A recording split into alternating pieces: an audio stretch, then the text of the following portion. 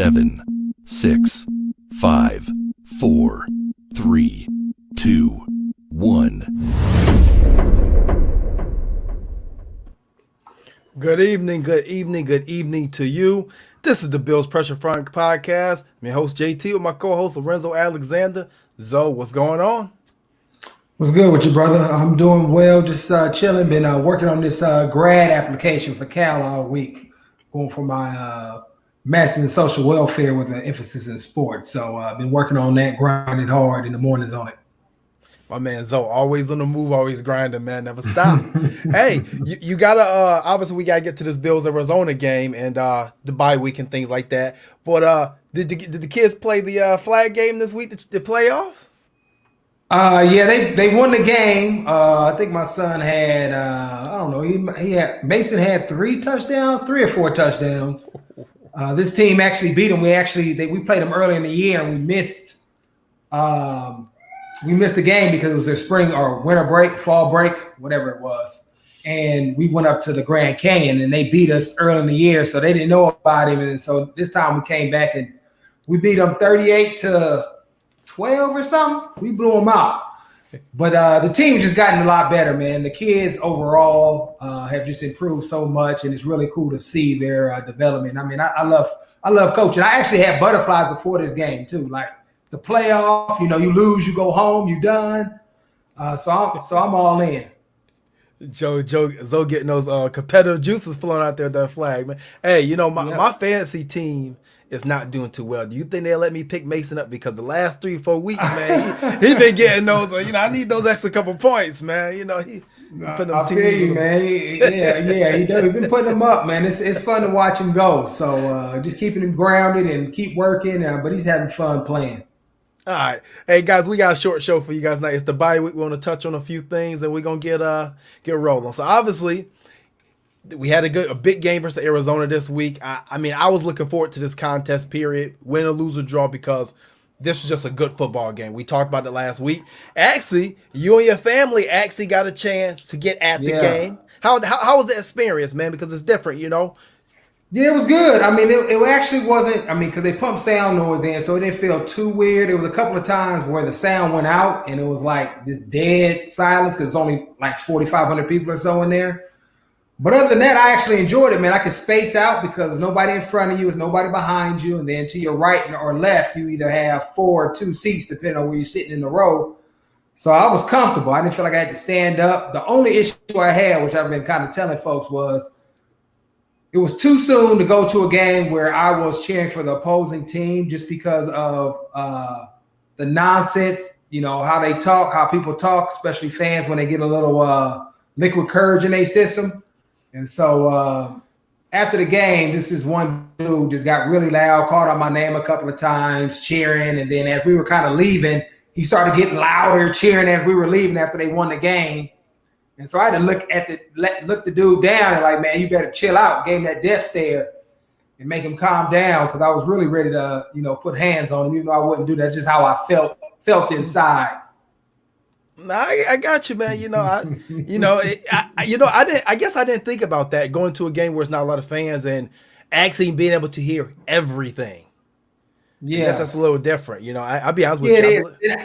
Yeah, and I don't mind people, cheering or, getting rooting for their team or even talking to the guys because a couple of times they was getting on my man Bojo for his 10-yard, 11-yard punt. But when they directed it at me when I wasn't even playing, and obviously my kids, my wife is with me, and they talking about Alexander, I'm like, man, hey, you talking to the wrong one, bro. The wrong one. But the thing is, how they gonna do that? You're a former Cardinal too. Yeah, but they don't know. Yeah. He don't know who I am. I mean, when I was in Arizona, my career was very lackluster, to say the least. I mean, I was hurt and then only played special teams 1 year. So I get that part. I get it. But don't mess with Zoe, man. Zoe's still a big dude, man. But hey, people don't know I'm from Oakland now. Oakland's still inside, man. I gotta contain him. Yeah, get that hyphy. Hey. So, obviously, what did you see actually being at the game? What was kind of things that you saw from the Bills' offense, the Bills' defense, the Arizona offense, the Arizona defense? Because, it was the game, kind of a game that I think we all expected to see. Yeah, I mean, a shootout. I thought it would come down to the defenses who could take the ball away. I mean, that was kind of a push. I think there was two turnovers on both sides, so that really was a push. And obviously, it came down to Kyler having the ball last. But I was really impressed with Josh moving the ball. Overcoming those turnovers and finding a way to put the team in a position to win the game at the end. Tyler Bass had a great game, 3 50-plus yard field goals. Led by my man Reeve Ferguson out there with the great snaps. So I mean, it was good. Dre had a couple of big returns. I mean, they did everything they needed to do to win that game. I mean, I think they're right there in the early half of the third quarter. They allowed the Arizona Cardinals to climb back into that game. They was up on 23-9, and so a point of emphasis moving forward, because this is the second time it's happened, and this time they ended up losing the game, where a team was down, they was on top of them, and they couldn't put them away or make them feel like they didn't have hope. And so that's what I look for moving forward. And, Kyler Murray out there doing what Kyler Murray does, having an MVP caliber year, obviously being very impactful in the run game, and finding Hopkins when he needed to there at the end. And that also the Cardinals were able to run the ball too. And I think that was because of, you throw Kyler Murray in there, and it's hard to kind of key on the run, and guys kind of got lost in that read-zone option game the Arizona Cardinals had for them. And so it was a fun game to be at. Obviously disappointing in the end. And then you always got to give a shout out to Bills Mafia. They was out there in full effect, representing and holding it down too. As the season continues to go on, and we keep alluding to it, the defense to me is waking up. Now, obviously, they gave up a little bit more than they wanted to give up against Arizona, but I thought for the better part of the game, they were pretty sound against Kyler. They were pretty sound against the run.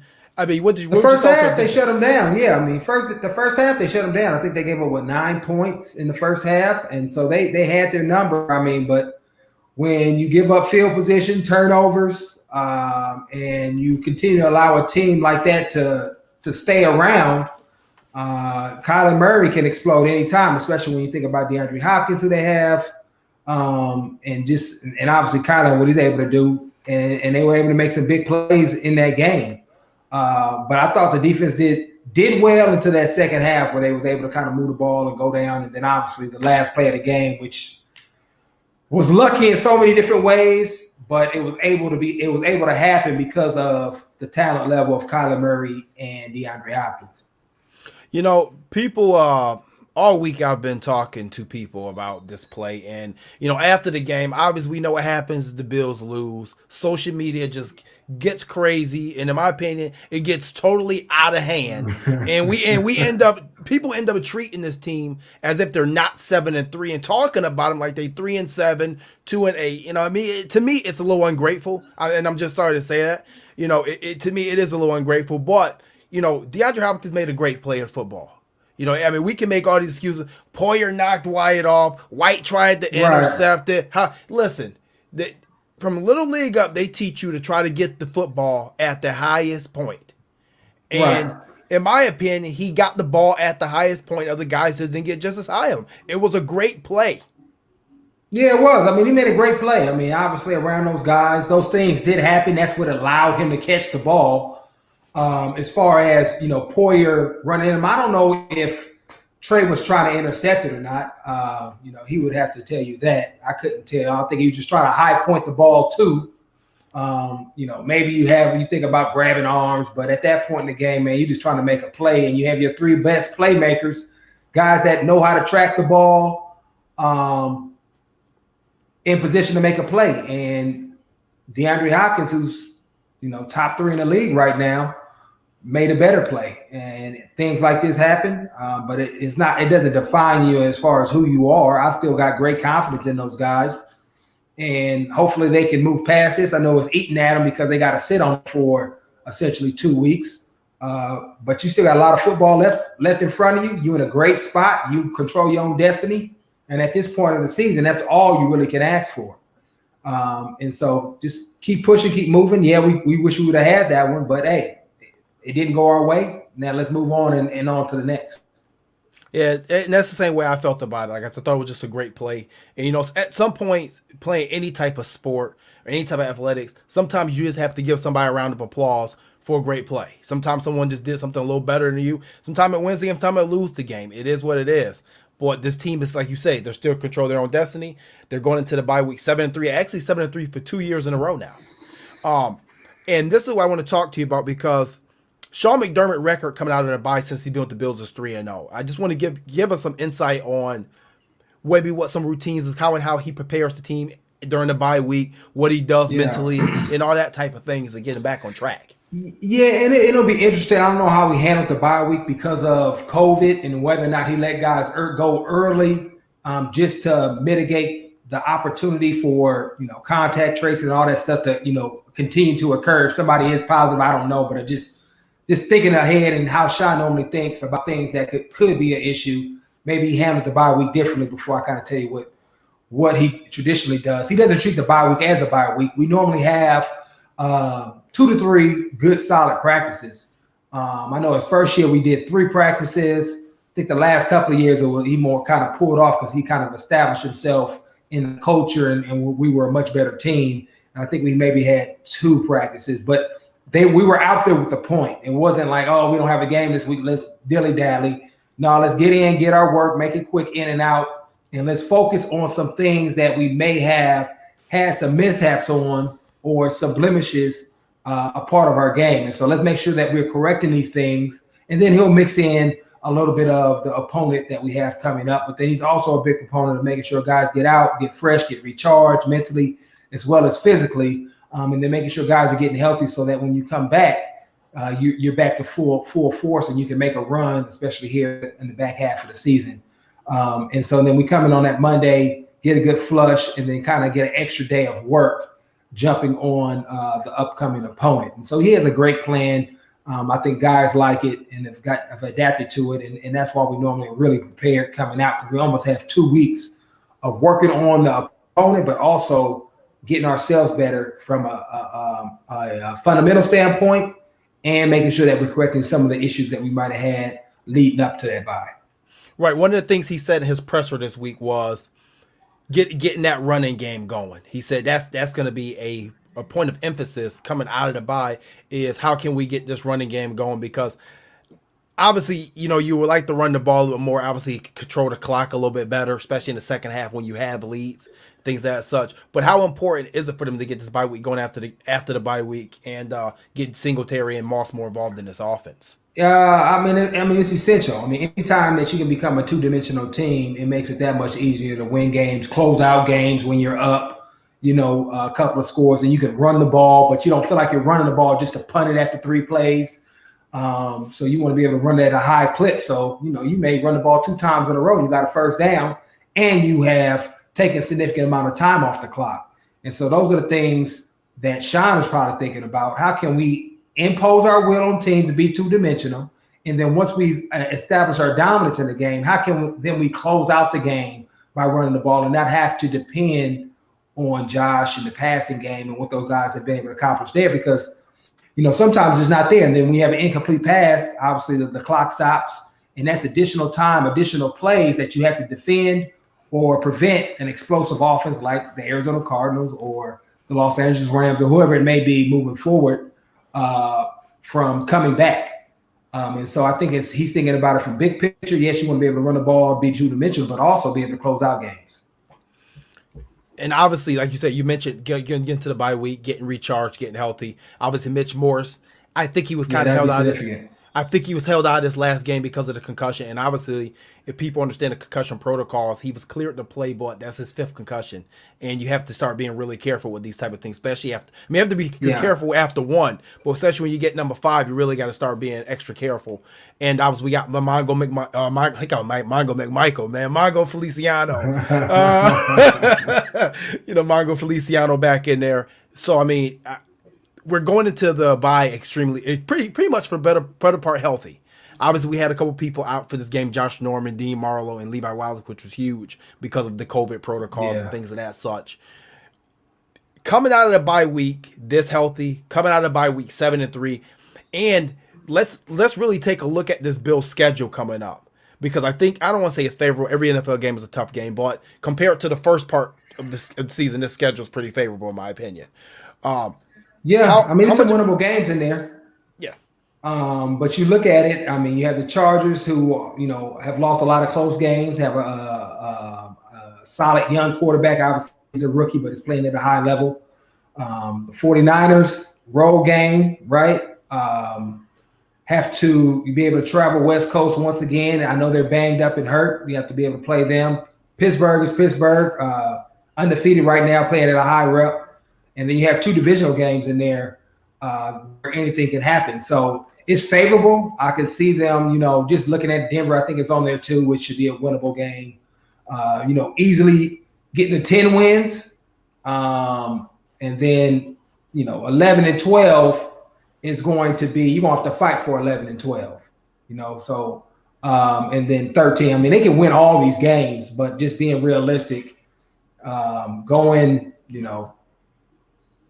3-2, going 4-1, or 3-3 or 4-2, because you got 6 games left. That's where you want to be. That's going to be the sweet spot probably to win this division, especially beating the Patriots and the Dolphins at the end. You got to make sure you beat those teams, right? Because the Dolphins are right there in striking distance. I think they have a favorable schedule as well as far as who they play. So it's going to come down because they're playing some good football, and their defense and special teams are playing at a high rate, scoring, not putting the ball or not having to depend on Tua, have to play lights out as a young quarterback. So the way they're playing, they're going to be a viable contender. If they don't, they're going to press them, but I definitely see them in the playoffs probably for sure. And obviously with 7 teams now in the playoffs, they make things a little bit different. And we can't discount 8 because there's already been mentioned that it is possible if something goes wrong, they'll do an 18 playoff format. So it's definitely going to be interesting. In my opinion, I just think that going into the bye 7-3, it would have been nice to go in there 8-2 for sure. But with the health, some people, and I just didn't understand this at all this week. I got into a debate, and I've been trying to stay out of social media debates, but I got into a debate with somebody about the Bills' mental toughness, and the guy said, "I don't think they're mentally tough," and to me, I had to ask him, name me one player on that team that's not mentally tough, because I've seen every single player on that team battle back from every single circumstance, and I 3 years Returns been, I haven't seen them break at all. Yeah, I mean, what is telling him that? I mean, what did he say? I mean, I would love to hear his argument. People love to throw things out without any substantial evidence or based on how they're feeling at the time, because you may say, "Oh, how did they're mentally weak because they didn't execute on the Hail Mary." Really? I mean, they were in position. You just had a great player make a great play. Sometimes better offense beats great defense. You know what I mean? So I don't know where he says that at. Tremaine Edmonds? I mean, he's been battling and out there playing with a shoulder injury. Guys come back from concussions, guys playing with hamstring pulls, guys dealing with stuff off the field, family members sick. So I've never seen this team quit or lay down for anybody. And that's when you can tell when people start turning down contact and getting out the way and, not playing hard, not running to the ball, not flying around as you would traditionally see them. That's when you say a team is mentally weak. But this team is far from that. There's not even anything in their DNA that's going to allow it. Sean's not going to allow it. If he finds a guy like that, I would guarantee you he will be inactive, depending on who it is, or cut, released, and not part of that organization. That's how much he prides himself on controllables, right? Work ethic, attitude, and the way you play this game. Things that you can control, he has a zero tolerance for that type of stuff. And, like I said, depending on who you are, you can find yourself inactive, not playing, or out the door. And obviously that goes back to his background as a wrestler. Once again, you spoke on this earlier in the season about how he takes his intangibles and background as a wrestler and incorporates it into his team and this franchise as a whole. Yeah, and that's who he was. I mean, if you ask him, obviously he played ball at William & Mary. If you asked him why he was able to play college ball, because he wasn't the most athletic guy in the world, was because of his intangibles. And a lot of times people that make it to a leadership role or have an opportunity to influence others, they use the things that allowed them to be successful in their careers to implement on whatever organization or person they're trying to impact, to show them, hey, this is how I did it, man. I was no good and I worked hard. I was mentally locked in and I fought you tooth and nail every single play and I was able to elevate. And you telling me you have elite talent? Now, if you bind those two things together, you're going to be great. It's nothing to stop you. And so that's what he believes true. And it doesn't matter where your talent level is. If you are missing those characteristics, you won't be part of the organization. And if you are, you won't be there much longer. Right. So we're at the bye week. Obviously, we're a little bit past the halfway point of the season, but this is the recharge point for the Bills season. Josh Allen last week versus Arizona, I thought he looked pretty good. Obviously, he had the 2 interceptions. He didn't want to turn over the ball. He's actually been pretty cognizant of not turning over the ball this year that much. Yeah. What did you see on his last offensive drive? Because we've spoken on this show before about him having ice veins. Yeah, I mean, he moved the ball down the field, man. Helped out by my man Water out there. Shout out to Cole Beasley, man.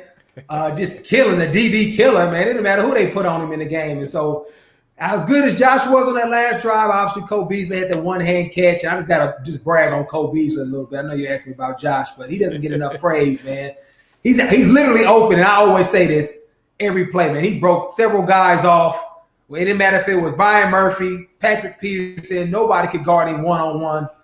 You see the one-hand catch. I mean, he's tough and makes big plays, man. So I think some people sometimes forget about what he brings to this team, who he is. And so just shout out to Cole Beasley. And you can't, there's nothing you can do. I haven't seen anybody guard him. And there's nothing against Pat or anything. I've seen nobody guard him one-on-one. It's like you can't put your hands on him, because if you miss, you're done. You sit back, you're done. He has a great ability, even though he's not faster than Pat probably. They run of grace. He has a great change of tempo and understanding leverage and stuff. So I just want to give a shout out to him, because he really did a great job throughout the entire game. And then obviously Josh refocusing, working the ball down the field. And again, Stephon Diggs running a great route, like a post corner, essentially. Or no, it was a 7 route. They just lined him up at number 3 and just used the space they had to the sideline versus Pat P on that one, which was a great throw, a dime and on time. So it was cool to see. And to kind of go back to his other turnovers, one, he threw the ball a little late. And then the other one, Pat P made a great play coming off of a coverage on Stephon Diggs to intercept it. So, those are things that he'll work through and learn through in his bye week to make sure it doesn't happen again. But to come back after, throwing an interception late and then putting this ball on the dime to where only Steph could get to it, I mean, was very impressive. But he's been doing that type of stuff all year. So, I mean, he's a baller. And this team can win any game versus anybody, anytime, because of Josh Allen and what he's able to do with the talent around him. Yep, definitely right on that one, man. Like I said, I think his accuracy this year has been leap and bounds. Cole Beasley making plays in the middle of the field. We got John Brown back. He went out a little late in that game, so hopefully he has time to rest. Yeah, it looked a little nasty when it happened, so hopefully it's not too severe.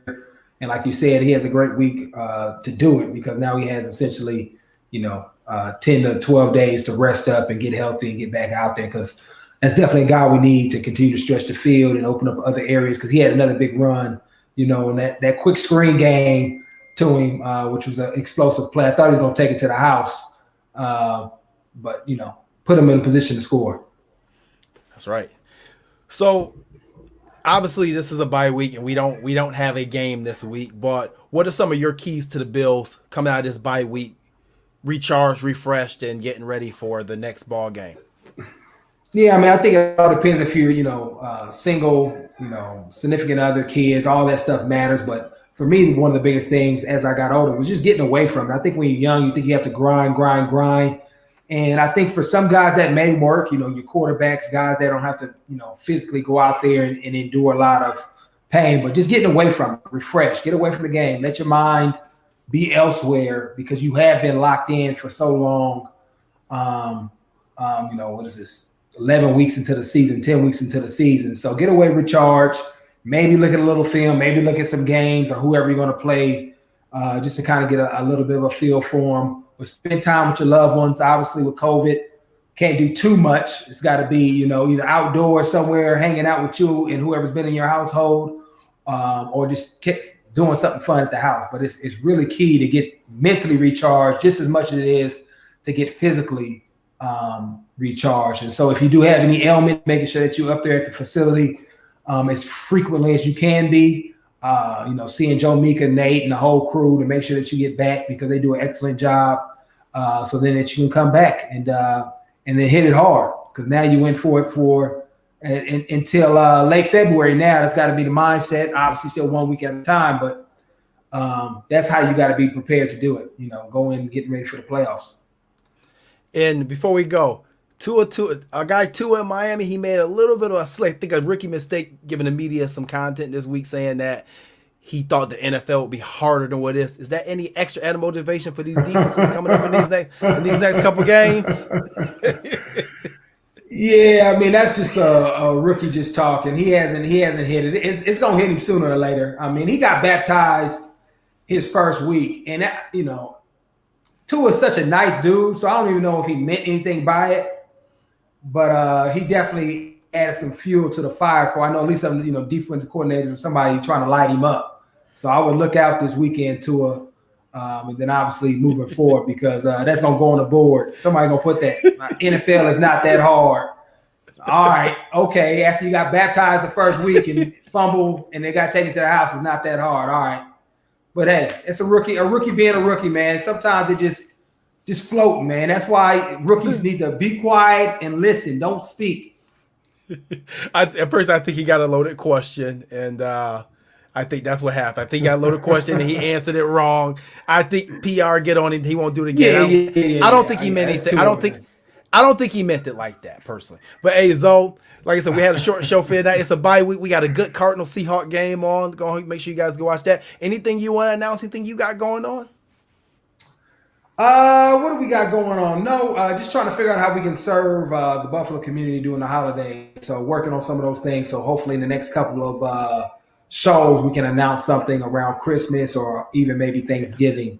Put something together there. And then out here, partnering with my guy that has an auto detailing shop. He does what does he do? Coffee and cars at his detailer. So you show up with your old school or whatnot. He washes cars and stuff. And so we're going to be planning on doing a fundraiser in January around that event out here in Arizona. And so definitely going to be reaching out to Bills Mafia, because I know it's a large group out here to come out and support and help us raise money. And that would be like a bi-monthly event that we do and pick a different charity, much like what Dale Reed does with 26 shirts and the money he does and how he brings resources to the community.